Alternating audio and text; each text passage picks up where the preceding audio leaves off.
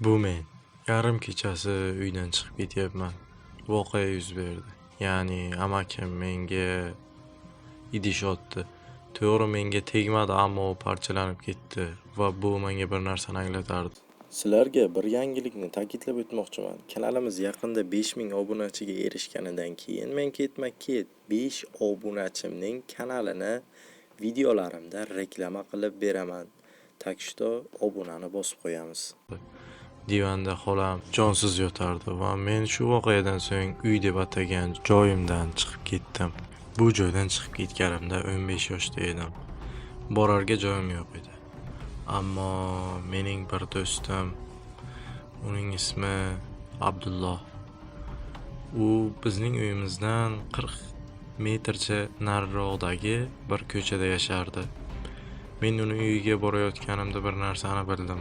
Mening kissamda $17 va shunchaki zaryadi o'chib qolgan telefon bor edi. Men uning ko'chasiga yaqinlashganimda bir o'tloqqa duch keldim. Bu o'tloqda qancha kuzatib tursangiz ham biror bir tirik jon o'tmasdi. Ammo qanaqangidir tasodif bilan oldimga bir mashina kelib to'xtadi. U menga yetib kelishidan avval tezlikni sekinlashtirdi. Chamamda uning ichidagi odam 40 yoshlar atrofida edi. U mendan ko'zini uzmasdan turib eshikni ochdi va menga chiqish kerakligini aytdi va meni olib borib tashlashini bildirdi. Shunda men unga kulib rahmat dedim va orqa o'rindiqqa o'tirdim. Mashina ichidan qanaqangidir eskirgan kofe hidi kelib turardi. Shunda men boshida tinchlikni his qildim va bu tinchlikni bir narsa buzdi. Ya'ni u mashina haydovchisi mendan ko'zini uzmayotgandi va o'zini tanishtirishni boshladi va bu pikapni o'zi olganini, birinchi marta uydan haydalgan insonni olib ketayotganini bildirdi va oynani men yaxshiroq ko'rish uchun to'g'rilab qo'ydi. Ammo men nima bo'lishidan qat'iy nazar tinchlikni saqlab turardim. U mendan yoshimni so'radi. Men esa o'shanda 16 yoshda bo'lishimga qaramay, uni 18 yoshman deb aldadim. Va men bilmas edim, u meni yolg'on gapirayotganimni sezib turganini. Shundan so'ng u menga qaradi va juda ham qo'rqinchli kuldi. Meni terim junjikib ketdi va nimadandir juda ham hayiqayotgandim.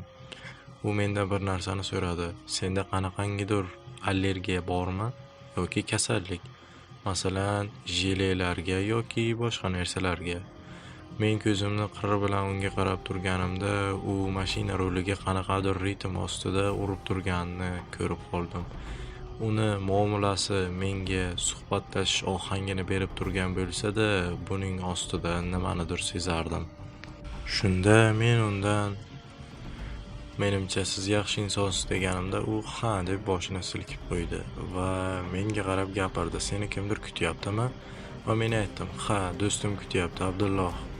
Agar uni uyiga tezroq bormasam, u politsiyachilarga telefon qiladi deb aytdim va u begona mendan so'radi, nechida borishing kerak? Men 1da. U soatga qaradi va soat 12:45.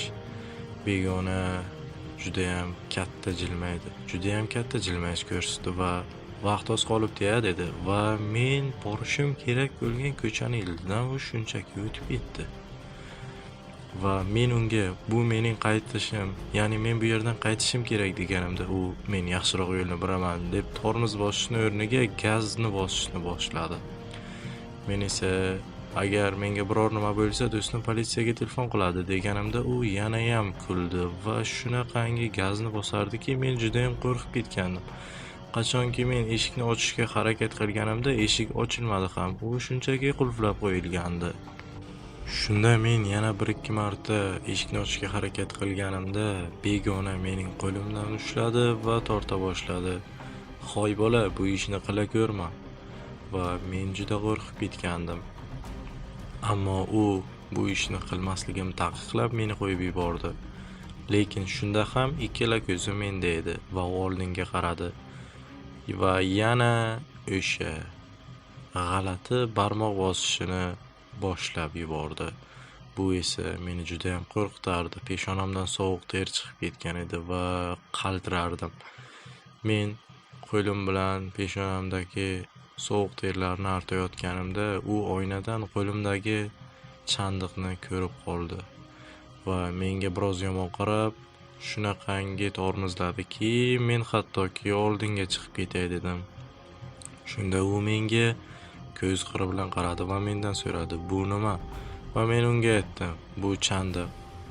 Uydan qochib ketayotganimda bir ikkita bolalar meni quvlashdi va men ulardan qochaman deb bu chandiqni orttirib oldim. Shunda birinchi marta uning kulishi yo'q bo'lib ketgan. Shundan so'ng u mashinasidan tushib, eshikni ochdi va meni ushlab tashqariga olib chiqdi va aytdi, "Bilasanmi, men qanchalik ideal bolani qidirishga harakat qilib ko'p vaqt yo'qotganimni va sen meni qancha vaqtimni olganingni bilasanmi?" deb menga do'q qila boshladi.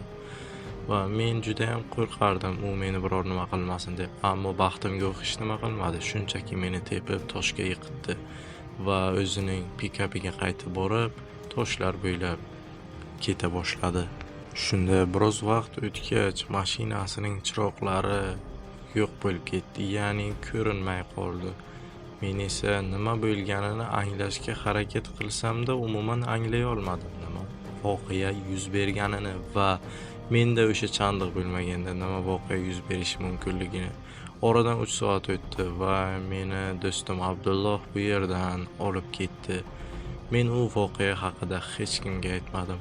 Hozir 23 yoshdaman. Abdullohning oilasi bilan birga yashayapman.